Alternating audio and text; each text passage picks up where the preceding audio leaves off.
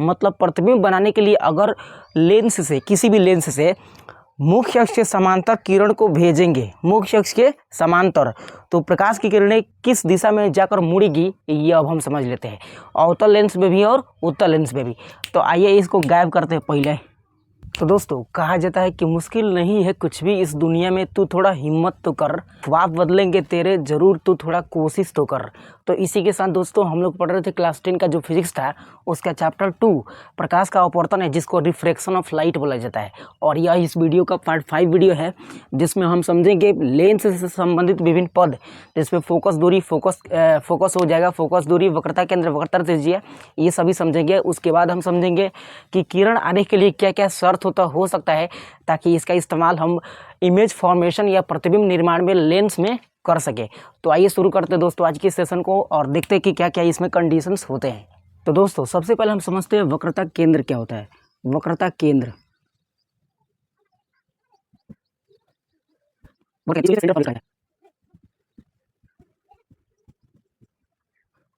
ठीक है, centre of curvature या वक्रता केंद्र। देखिए ये एग्जैक्टली या तो उत्तल लेंस में समझ सकते हैं या अवतल लेंस में, दोनों में सेम कंडीशन होगा। ठीक है, तो हम कह सकते हैं, देखिएगा ये बीच वाला जो लेंस है ना, इसका नाम अवतल लेंस है, जिसको कॉन्केव लेंस बोल रहे हैं। ये दो गोलीय सतहों से घिरा होता है। ठीक है, तो इसका भी कुछ केंद्र होगा, इस गोलीय सतह का भी केंद्र होगा और इस गोलीय सतह का भी क्या होगा, केंद्र होगा। तो बोल सकते हैं तो जिस वृत्ताकार सतह से लेंस घिरा हुआ है उस वृत्ताकार सतह के केंद्र को हम बोलते हैं वक्रता केंद्र। क्या बोलते हैं, वक्रता केंद्र। तो यहाँ पे हम लिख सकते हैं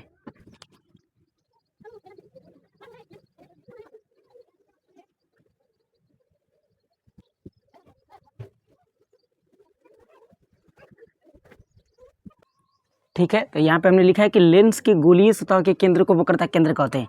ये लेंस है और इसका गोलीय सतह यह है, ये भी लेंस है, इसका गोलीय सतह यह है।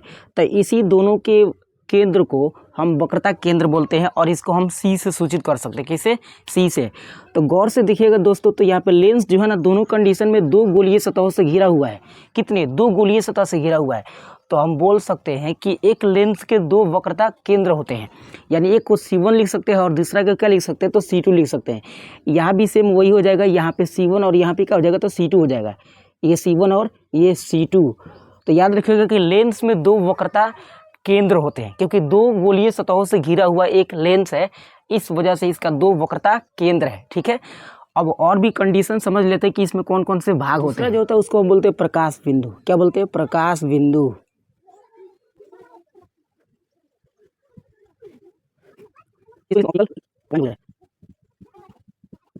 ठीक है, तो दूसरा प्रकाश बिंदु जिसको ऑप्टिकल पॉइंट बोल रहे हैं। देखिए किसी किताब में ना इसका इंग्लिश और भी हो सकता है, फिलहाल आप ये समझिएगा प्रकाश बिंदु क्या होता है। देखिए प्रकाश बिंदु वह बिंदु है जिसमें किसी लेंस के मध्य बिंदु को दर्शाता है। प्रकाश बिंदु वह बिंदु है जो किसी लेंस के मध्य बिंदु को दर्शाता है। और यह देखा जाए तो ये एक लेंस है बीच वाला, ये भी लेंस है और इसके मध्य बिंदु को हम क्या बोलते हैं, तो प्रकाश बिंदु बोलते हैं। यानी लेंस के मध्य बिंदु की बात होगा तो प्रकाश बिंदु, जबकि लेंस जिस गोलीय सतह से घिरा होगा उसके मध्य बिंदु को हम C1 C2 या वक्रता केंद्र बोलेंगे। ठीक है ना। तो आइए अब समझते हैं, यहाँ पे हम लिख सकते हैं उसके लिए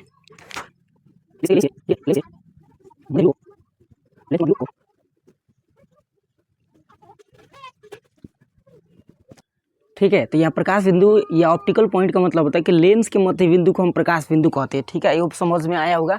अगले बिंदु की बात कर लेते हैं।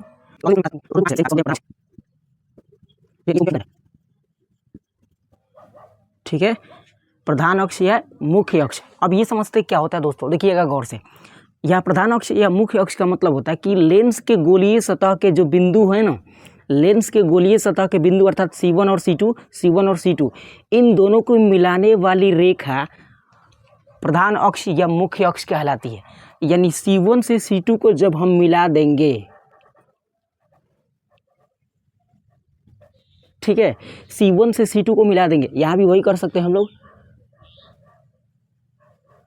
तो C1 से C2 को मिला दिए तो यही रेखा प्रधान अक्ष या मुख्य अक्ष, या इसको हम इंग्लिश में मेन एक्सिस कहते हैं। ठीक है, तो याद रखिएगा दोस्तों, ये प्रधान अक्ष क्या होता है, तो किसी लेंस के गोलीय सतह के मध्य बिंदु को मिलाने वाली जो रेखा होती है, इसी रेखा को क्या बोलते हैं, तो प्रधान अक्ष या मुख्य अक्ष बोलते हैं।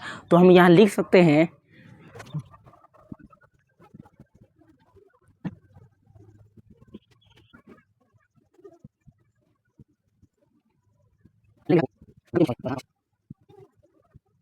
ठीक है, तो एक बार पढ़ के सुना देते हैं। लेंस के गोलीय सतह के केंद्रों को, ये लेंस है, इसके गोलीय सतह के केंद्रों को मिलाने वाली रेखा को हम क्या बोलते हैं? तो प्रधान अक्ष या मुख्य अक्ष या मेन एक्सिस कहते हैं। तो आइए अगली चीज़ को समझते हैं कि इसमें क्या क्या भाग होता है। ठीक है, तो अगला जो भाग होता है उसका नाम है फोकस।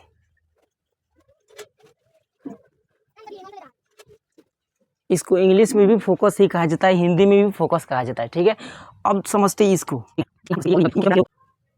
तो ये मुख्य अक्ष हो गया, ये भी इसका मुख्य अक्ष हो गया।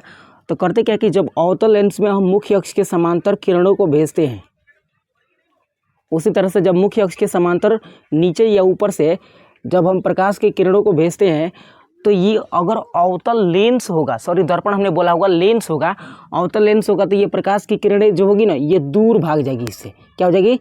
इस तरह से ये दूर भाग जाएगी। ठीक है, इसमें और भी बहुत सारी किरणें अगर जाएगी समांतर, मुख्य अक्ष के समांतर, तो ये किरणें ना इस लेंस से, ठीक है, अपवर्तन के बाद ये इससे दूर भाग जाएगी। ठीक है, यहाँ पे तो ये एग्जैक्टली इस तरह से हो जाएगी। ठीक है, अब अगर गौर से देखिएगा ना, तो ये जो प्रकाश की किरणें है यहाँ से जाकर मुड़ गई है, ये रियलिटी में यहाँ से मिलती हुई क्या होगी? प्रतीत होगी। ठीक है, तो यहाँ पे ये क्या होगी? मिलती हुई प्रतीत होगी। और इसी बिंदु को जहाँ पे ये मिलती हुई प्रतीत हो रही है, इसको हम बोलते हैं फोकस। क्या बोलते हैं? फोकस। ठीक है, क्या बोलेंगे? इसको फोकस बोलेंगे। सेम यहाँ पर अगर देखा जाए तो ये भी मुख्य अक्ष हो गया। इसके समांतर जब हम किरणों को भेजेंगे तो ये अपवर्तन के बाद, ठीक है, देखिएगा नीचे भी यही काम अगर करेंगे तो यहाँ पे किरणें जब मुख्य अक्ष के समांतर जाएगी तो ये अपवर्तन के बाद, ठीक है, अपवर्तन के बाद जिस बिंदु पर एक दूसरे के साथ प्रतिच्छेद करेगी या मिलेगी, ठीक है, जिस बिंदु पर एक दूसरे के साथ प्रतिच्छेद करेगी या मिलेगी, उसी बिंदु को हम फोकस के नाम से जानते हैं। किसके नाम से जानते हैं? फोकस के नाम से जानते हैं। देखिए यहाँ पे ये जो दूरी है ना, ये थोड़ा छोटा हो गया, लेकिन ये जब लेंस बड़ा होगा ना तो इसकी दूरी क्या हो जाएगी? बढ़ जाएगी। तो याद रखिएगा। तो जब हम अवतल, यहाँ पे देखिएगा, जब हम अवतल दर्पण में प्रकाश की किरणों को मुख्य अक्ष के समांतर, ये मुख्य अक्ष हो गया, इसके समांतर किरणों को भेजेंगे तो दर्पण लेंस से अपवर्तन के बाद ये किरणें क्या हो जाएगी? तो छितरा जाएगी, फैल जाएगी। समझ रहे हैं? तो ये फैल जाएगी, तो इसका मतलब हम ये बोल सकते हैं कि अवतल लेंस पे प्रकाश की किरणें एक दूसरे से दूर भाग जाता है। क्या हो जाता है? दूर भाग जाती है। परंतु ये प्रतीत होता है या आभास होता है कि इसके बैक में पीछे यहाँ पे मिलती हुई प्रतीत होगी। तो जहाँ पे मिलती हुई प्रतीत होगी उसको बोलेंगे फोकस। और यहाँ पर तो वास्तव में मिल रहा है तो इसको बोलेंगे क्या चीज़? फोकस ही बोलेंगे। तो एक चीज़ क्लियर हुआ कि यहाँ पे उत्तल लेंस में प्रकाश की किरणें अपवर्तन के बाद मिल जाती है। वास्तव में उत्तल लेंस में प्रकाश की किरणें अपवर्तन के बाद ये वास्तव में मिल जाती है, परंतु अवतल लेंस में प्रकाश की किरणें जो होती है ये अपवर्तन के बाद मिलती हुई प्रतीत होती है। ठीक है, क्या होता है? प्रतीत होता है। तो आई होप आपको फोकस समझ में आया हो क्या है। तो हम यहाँ पे लिख सकते हैं इसके लिए भाषा,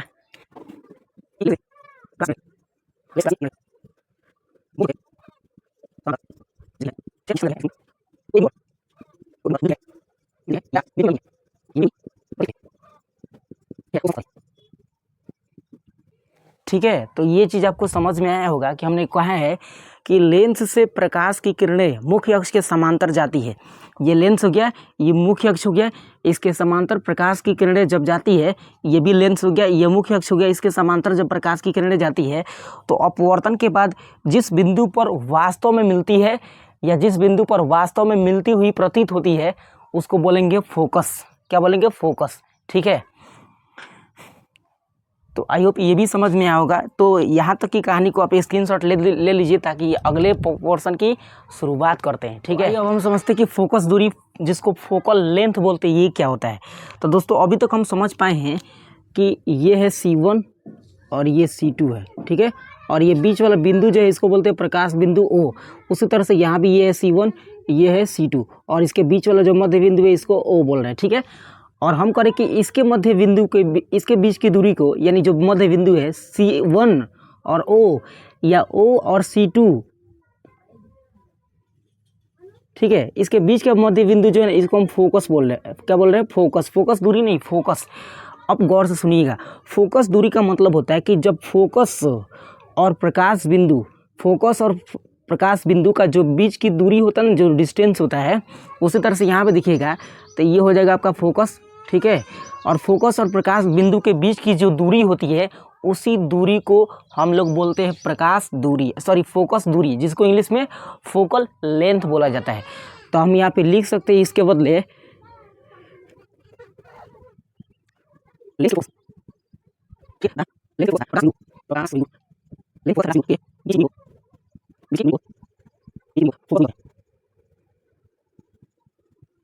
ठीक है। तो यहाँ देखिएगा हमने क्या लिखा है कि लेंस के फोकस तथा प्रकाश बिंदु के बीच की दूरी को क्या बोलते हैं, फोकस दूरी। ये लेंस का फोकस हो गया और ये प्रकाश बिंदु, इसके बीच का जो ये डिस्टेंस है ना, यहाँ तक से यहाँ तक, इसी डिस्टेंस को, यहाँ से यहाँ तक के डिस्टेंस को हम बोलते हैं हम बोलते हैं फोकस दूरी, ठीक है। तो आई होप प्रकाश के मतलब इस अवतल लेंस या और उत्तल लेंस में या लेंस में कौन कौन से बिंदु होते हैं, कौन कौन से भाग होते हैं, वो सब हमने आपको बता दिया। और फाइनली अब हम लोग समझेंगे कि किरण आरेख के लिए शर्त क्या क्या हो सकता है। मतलब प्रतिबिंब बनाने के लिए अगर लेंस से, किसी भी लेंस से मुख्य अक्ष के समांतर किरण को भेजेंगे, मुख्य अक्ष के समांतर, तो प्रकाश की किरणें किस दिशा में जाकर मुड़ेगी, ये अब हम समझ लेते हैं, अवतल लेंस में भी और उत्तल लेंस में भी। तो आइए इसको गायब करते हैं पहले। तो आइए अब हम समझते हैं कि प्रकाश की किरणों को जब हम उत्तल लेंस के मुख्य अक्ष के समांतर भेजेंगे या फोकस से भेजेंगे तो कहाँ से गुजर के जाएगी, ठीक है। देखिए 3 कंडीशन उत्तल लेंस के लिए रहे हैं और 3 कंडीशन अवतल लेंस के लिए ले रहे हैं ताकि समझने में आसानी हो जाए, और 6 कंडीशन होगा ही किसी भी तरह से। तो देखिएगा ये उत्तल लेंस है, उत्तल लेंस में आपको पता है कि ये वाला जो डिस्टेंस है यहाँ पर, इसको हम मान लेते हैं C है, ठीक है, क्योंकि थोड़ा बड़ा हो जाएगा तो लाइन खींचने में कोई दिक्कत नहीं होगा। आप मान के चलिएगा कि इसका लास्ट पॉइंट C2 है, ठीक है, क्या है C2, और इसका फर्स्ट पॉइंट क्या है C1 है। तो हम जानते हैं सर कि इसके बीच का बिंदु क्या होगा, F होगा, और यहाँ भी क्या हो जाएगा, तो F होगा, ठीक है, क्योंकि 2 फोकस भी हो सकता है ना। उसी तरह से यहाँ पे देखिएगा तो ये क्या हो जाएगा, C1 हो जाएगा, और ये क्या हो जाएगा, तो C2 हो जाएगा, ठीक है। और इन दोनों के बीच का जो मध्य बिंदु है इसको हम क्या बोलेंगे, तो F बोलेंगे, अर्थात फोकस बोलेंगे। उस तरह से यहाँ भी क्या हो जाएगा, तो ये फोकस हो जाएगा, ठीक है। ये क्लियर हो गया। अब आगे समझिएगा कि पहले उत्तल लेंस की कंडीशन चलते हैं। देखिएगा उत्तल लेंस में जब प्रकाश की किरणों को हम मुख्य अक्ष के समांतर भेजते हैं, ठीक है, उसी तरह से नीचे भी अगर भेजेंगे मुख्य अक्ष के समांतर, तो ये किरणें परावर्तन के बाद फोकस से होकर गुजरेगी। कहाँ से गुजरेगी, फोकस से होकर गुजरेगी, ठीक है, याद रखिएगा। यहाँ पे गौर से सुनिएगा, अगर उत्तल लेंस में हम प्रकाश की किरणों को मुख्य अक्ष के समांतर भेजेंगे तो क्या होगा, तो ये फोकस से होकर गुजरेगा। कहाँ से गुजरेगा, फोकस से होकर गुजरेगा, याद रखिएगा। पहला कंडीशन ये था। अब समझते हैं इसी में कि जो यहाँ पे तो फोकस था, फिर से नाम लिख देते हैं यहाँ पे हम लोग, ये C2 हो गया, और यहाँ पे ये C1 हो गया, ठीक है, और ये हो गया आपका O प्रकाश बिंदु, और यहाँ से ये F, ठीक है, इधर भी क्या हो जाएगा, तो ये F हो जाएगा, ठीक है। अब देखिए हम इस कंडीशन में प्रकाश की किरणों को जब मुख्य अक्ष के समांतर भेजे तो ये फोकस से होकर गुजर रहा है, ठीक है। जब हम फोकस से किरणों को भेजेंगे फोकस से, तब कहाँ से गुजरेगा, ये चीज़ देखिएगा।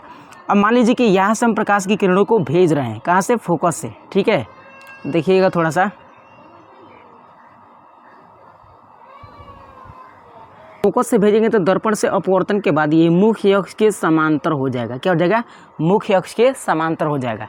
यानी इसका अगर हम डायरेक्शन बनाना चाहे तो ऐसे बना सकते हैं। कैसे, इस तरह से बना सकते हैं कि ये प्रकाश की किरणें थी जो फोकस से होकर गुजर रही है, और दर्पण से अपवर्तन के बाद ये मुख्य अक्ष के समांतर हो जाता है।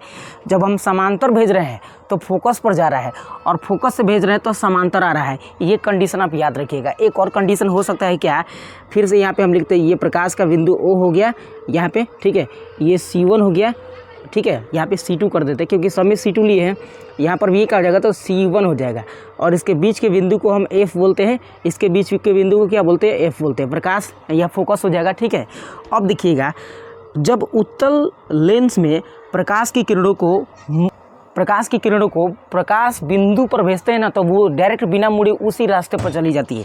ये प्रकाश बिंदु है, हम प्रकाश की किरणों को जब इस लेंस के प्रकाश बिंदु पर भेजते हैं ना, तो ये बिना मुड़े डायरेक्ट निकल जाती है, सीधा क्या हो जाती है, सीधा निकल जाती है, ठीक है, याद रखिएगा, सीधा निकलती है सीधा लौट के आ जाती है एग्जैक्टली।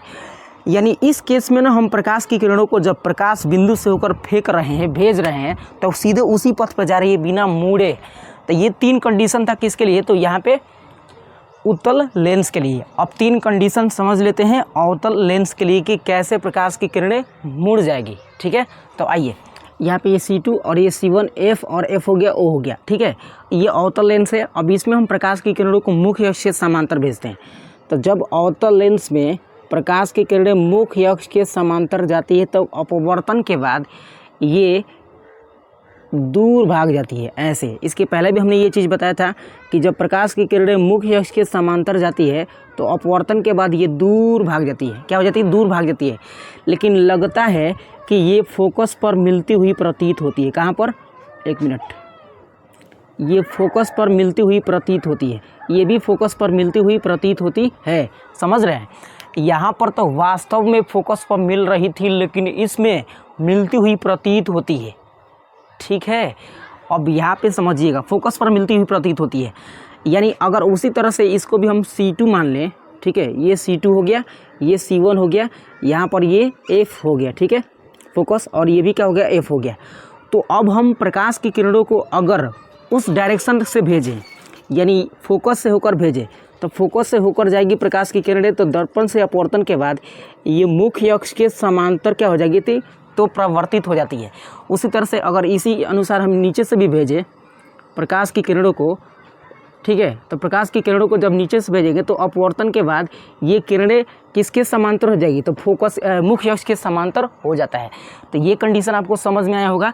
और लास्ट ये है कि इसमें भी हमें इसको C2 मान लें और इसको C1 मान लें, तो ये प्रकाश बिंदु O हो जाएगा और यहाँ पे ये F हो जाएगा। ठीक है, फोकस इधर भी क्या हो जाएगा, तो F हो जाएगा। ठीक है, अब इसमें भी वही, अगर प्रकाश की किरणों को प्रकाश बिंदु से लेकर भेजें तो सेम टू सेम वही कंडीशन प्राप्त होता है कि किरणें जा रही थी और इधर से ये मुड़ के आ रही थी। यानी ये वाला कंडीशन एग्जैक्ट दोनों के दोनों क्या है, तो सेम है। ठीक है, तो आई होप ये कंसेप्ट आपको समझ में आया होगा कि प्रकाश की किरणों के जब हम मुख्य अक्ष के समांतर, फोकस के समांतर, फोकस पर प्रकाश बिंदु पर भेजते हैं तो किधर से मुड़कर कौन सी किरणें जाती है, ये आपको क्लियर हो गया होगा। और ये क्लियर हो गया है तो प्रकाश के द्वारा जो किरणें बनती हैं ना, मतलब प्रतिबिंब बनता है लेंस में, वो भी आपको कॉन्सेप्ट क्लियर हो जाएगा। ठीक है, तो फिलहाल इस वीडियो को हम यहीं पे एंड करेंगे और जो इमेज फॉर्मेशन का पार्ट है, यानी प्रकाश के द्वारा जो प्रतिबिंब बनने की क्रिया है जिसको किरण आरेख बोल रहे हैं, वो नेक्स्ट वीडियो में आपको प्रोवाइड कराया जाएगा। तो मिलते हैं इसी के साथ किसी अदर वीडियो में, तब तक के लिए take care of your self.